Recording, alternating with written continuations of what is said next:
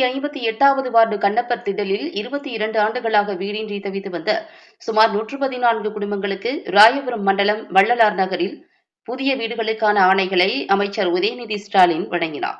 திராவிட முன்னேற்றக் கழக தலைவரும் மாண்புமிகு தமிழக முதல்வருமான மு.க.ஸ்டாலின் அவர்களின் வழிகாட்டுதலோடு சென்னை கிழக்கு மாவட்ட செயலாளரும் மாண்புமிகு இந்து சமய அறநிலையத்துறை அமைச்சரும் பெருநகர சென்னை வளர்ச்சிக் குழும ஆணைய தலைவருமான பி.கே. சேகர்பாபு அவர்களின் தலைமையில் எழும்பூர் சட்டமன்ற தொகுதி 58வது வார்டுக்குட்பட்ட நேரு ஸ்டேடியம் அருகே உள்ள கண்ணப்பர் திடல் பகுதியில் கடந்த 22 ஆண்டுகளாக வீடின்றி தவித்து வந்த சுமார் 114 குடும்பங்களுக்கு தமிழ்நாடு நகர்ப்புற வாழ்விட மேம்பாட்டு வாரியம் சார்பில் புதிய வீடுகளுக்கான ஆணைகள் வழங்கும் நிகழ்ச்சி இன்று காலை சூளையில் உள்ள சென்னை மாநகராட்சி சமுதாய நலக்கூடத்தில் சென்னை கிழக்கு மாவட்ட மகளிர் தொண்டர் அணியின் அமைப்பாளரும் பிறநகர சென்னை மாநகராட்சி 58வது வார்டு மாமன்ற உறுப்பினருமான ராஜேஸ்வரி ஸ்ரீதர் முன்னிலையில் வெகு விமரிசையாக நடைபெற்றது. இந்த நிகழ்ச்சியில் மாண்புமிகு தமிழ்நாடு இளைஞர் நலன் மற்றும் விளையாட்டு மேம்பாட்டுத்துறை அமைச்சரும் கழக இளைஞர் அணி செயலாளருமான உதயநிதி ஸ்டாலின் அவர்கள் கலந்து கொண்டு வீடின்றி தவித்து வந்த சுமார் 114 குடும்பங்களுக்கு ராயபுரம் மண்டலம் வள்ளலார் நகரில்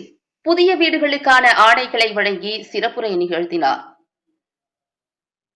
மேலும் இந்நிகழ்ச்சியில் மத்திய சென்னை நாடாளுமன்ற உறுப்பினர் தயாநிதி மாறன், மேயர் பிரியா ராஜன், துணை மேயர் மகேஷ்குமார், முன்னாள் சட்டமன்ற உறுப்பினர் கே.எஸ். ரவிச்சந்திரன், எழும்பூர் தெற்கு பகுதி செயலாளர் வி. சுதாகர், வடக்கு பகுதி செயலாளர் சோ. வேலு, 58வது வட்ட செயலாளர்கள் பாபு, விஜயகுமார் உள்ளிட்ட மாநில, மாவட்ட, பகுதி, வட்ட நிர்வாகிகள், மகளிர் தொண்டரணி நிர்வாகிகள் மற்றும் மாமன்ற உறுப்பினர்கள் உள்ளிட்ட பலர் கலந்து கொண்டனர்.